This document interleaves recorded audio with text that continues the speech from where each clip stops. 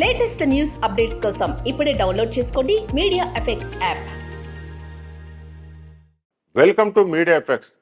Last సినిమాను వదిలేయండి, next cinema మాత్రం కంపల్సరిగా ఇట్టు కావాల్సిందని డిమాండ్ చేస్తున్నారు మెగా అభిమానులు. ఇంతకు వాళ్ళ డిమాండ్ మెగాస్టార్ చిరంజీవికా, గ్లోబల్ స్టార్ రామ్ చరణ్కా, లేక ఇద్దరికైనా? ఎవరి డిమాండ్లు ఎలా ఉన్నా చిరు అండ్ చెర్రీ మాత్రం ఒక విషయంలో సేమ్ టు సేమ్ ఒకే రకంగా డిసిషన్ తీసుకున్నారు. శంకర్ డైరెక్షన్లో ప్రస్తుతం గేమ్ చేంజర్ సినిమాలో నటిస్తున్నారు గ్లోబల్ స్టార్ రామ్ చరణ్. ఈ సినిమాలో హీరోయిన్గా నటిస్తున్నారు నాయకి కియారా అద్వానీ.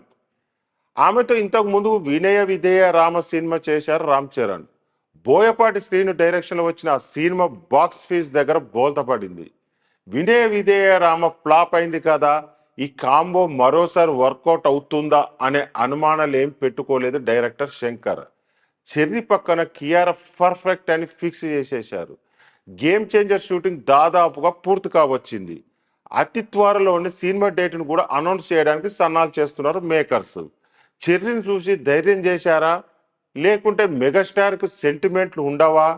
కాసేపు ఈ విషయాలు పక్కన పెడితే ఆయన నెక్స్ట్ సినిమాలో త్రిష నటిస్తున్నారు అనేది కన్ఫర్మ్ న్యూస్. విశ్వంబరలో హీరోయిన్గా యాక్ట్ చేస్తున్నారు చెన్నై సోయగం సెకండ్ ఇన్నింగ్స్లో త్రిష. మెగా ఆఫర్ కొట్టేశారని కాంప్లిమెంట్స్ ఇచ్చేశారు జనాలు. మరికొందరు మాత్రం చిరు త్రిష జోడి స్టాలిన్లో పెద్దగా వర్కౌట్ కాలేదన్న విషయాన్ని గుర్తు చేసుకుంటున్నారు.